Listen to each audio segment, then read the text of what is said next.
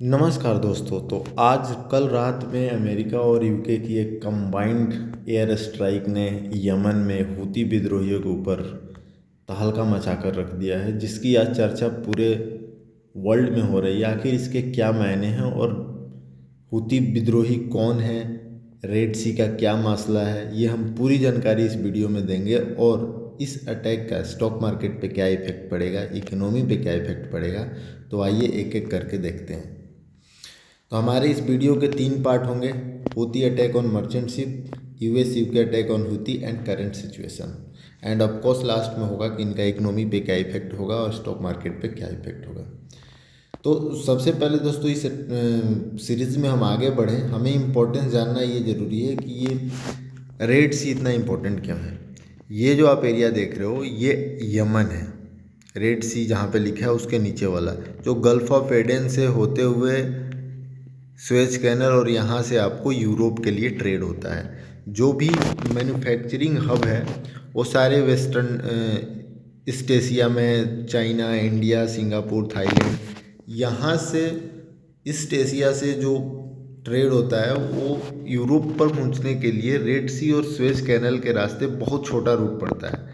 Meanwhile अगर इनको यहाँ से रेड सी और स्वेज कैनल बंद कर दिया जाए तो फिर अब ये दूसरी जो ब्लू लाइन देख रहे हो नीचे से अफ्रीकन कोस्ट से, ये लगभग डबल हो जाता है, डबल से भी ज़्यादा होता है, तो कॉस्ट बहुत ज़्यादा पड़ता है। तो अभी जो यमन में जो हौती रेबेलियंस हैं, उन्होंने यहाँ पे जो ये आप कॉर्नर देख रहे हो जिबूती के बगल में रेड सी, जो रेड सी को कनेक्ट कर रहा है गल्फ ऑफ एडन से, यहाँ पे वो ड्रोन और मिसाइल ड्रोन अटैक कर रहे हैं या वो छोटी बोट से अटैक कर रहे हैं। तो ये अभी करंट सिचुएशन है और इस तरह की वहाँ पे घटना हो रही है जो कि हमारे ट्रेड को इम्पेक्ट कर रही है। तो सबसे पहले देख रहे हैं कि आखिर ये हूती तो वहाँ पे अभी आए नहीं हैं, बहुत सालों से हैं यमन में, 1990 की ऑर्गेनाइजेशन है। अभी क्यों अटैक किया? तो हूती इसलिए अटैक कर रहे हैं कि उनका मानना है कि जो इजराइल गाजा में कर रहा है वार, वो एक मुस्लिम के खिलाफ है, मुस्लिम को ख़त्म करने के लिए हो रहा है, इस्लाम खतरे में है। उस चीज़ के लिए वो चाहते हैं कि इजराइल वहाँ पे वार ख़त्म करे। और इसमें जब हम अमेरिकन और यूके शिपों को, खासकर मेनली यूएसए शिपों को अटैक करेंगे तो यूएसए दबाव में आकर वहाँ पे कुछ करेगा, और अगर यूएसए चाहेगा, अमेरिका चाहेगा तो इजराइल में वार बंद हो सकता है। तो हौती रिबेलियन का मेन मोटो यही है, इजराइल और हमास के वार को क्लोज करवाना है। इसके लिए वो मर्चेंट शिपों को अटैक कर रहे हैं। आप ये समझ गए कि हूती अटैक क्यों कर रहे हैं वहाँ पे। अभी दूसरा पार्ट है कि यूएस और यूके क्यों हूती को अटैक कर रहे हैं। अभी क्या है कि यूएस का जो प्राइमरी गोल ये होता है कि नेविगेशन फ्री होना चाहिए पूरे वर्ल्ड में, सुपर पावर है और सारी ट्रेड जो भी है उसके लिए नेविगेशन बहुत ज़रूरी है। पहले उन्होंने थोड़ी बातें की, हूती के डिमांड को सोचा समझाया जाए, लेकिन वहाँ पे वो मान नहीं रहे हैं, इस वजह से वहाँ पे इन्होंने अटैक किया है। यहाँ पे एक बात इम्पोर्टेंट जानने लायक है दोस्तों कि यूएस और यूके यमन पे अटैक नहीं कर रहे हैं।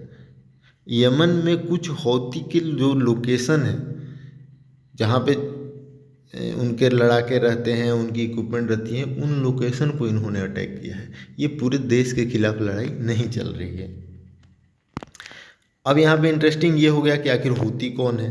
तो जैसे खासकर मिडिल ईस्ट और वेस्टर्न एशिया में, जैसे हर एक कंट्री में एक नॉन मिलिट्री ऑर्गेनाइजेशन होता है जो कि मिलिट्री की तरह ही लड़ते हैं, अपने डिमांड के लिए लड़ते हैं। जैसे अफ़गानिस्तान में तालिबान हो गए और गाजा हो गया।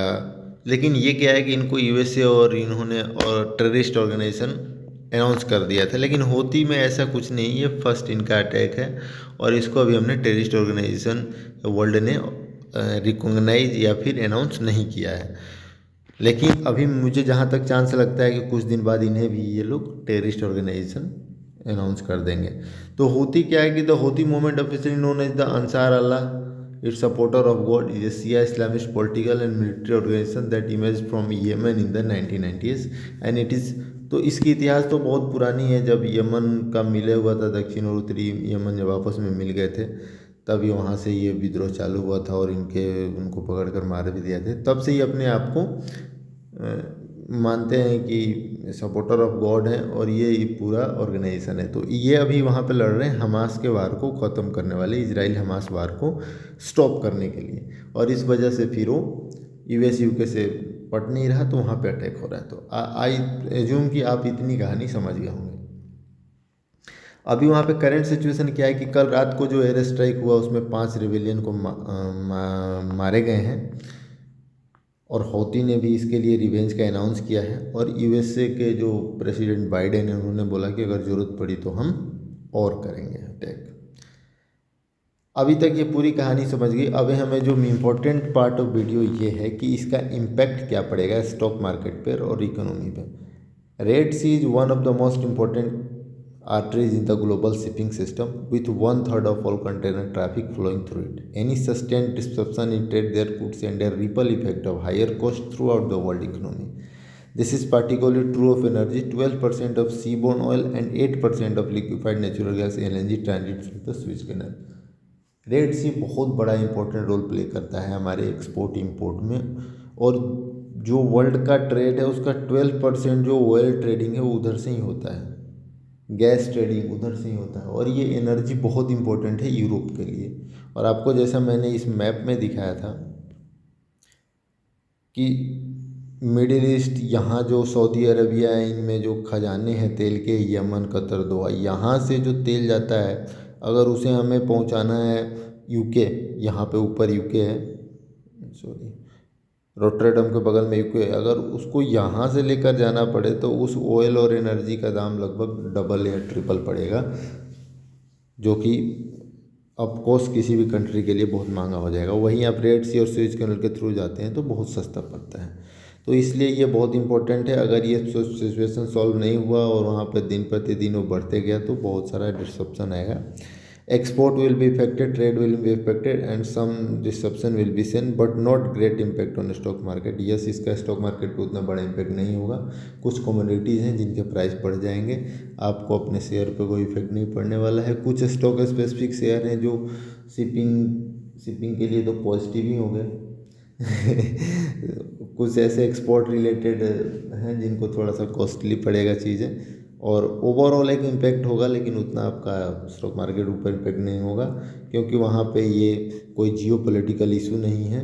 ये यमन के कुछ रिबेलियन ग्रुप हैं उनको इन्होंने अटैक किया है, यमन पे अटैक नहीं किया है।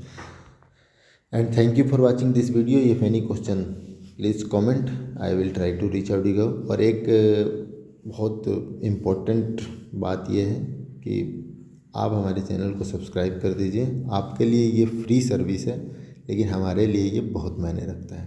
Thank you.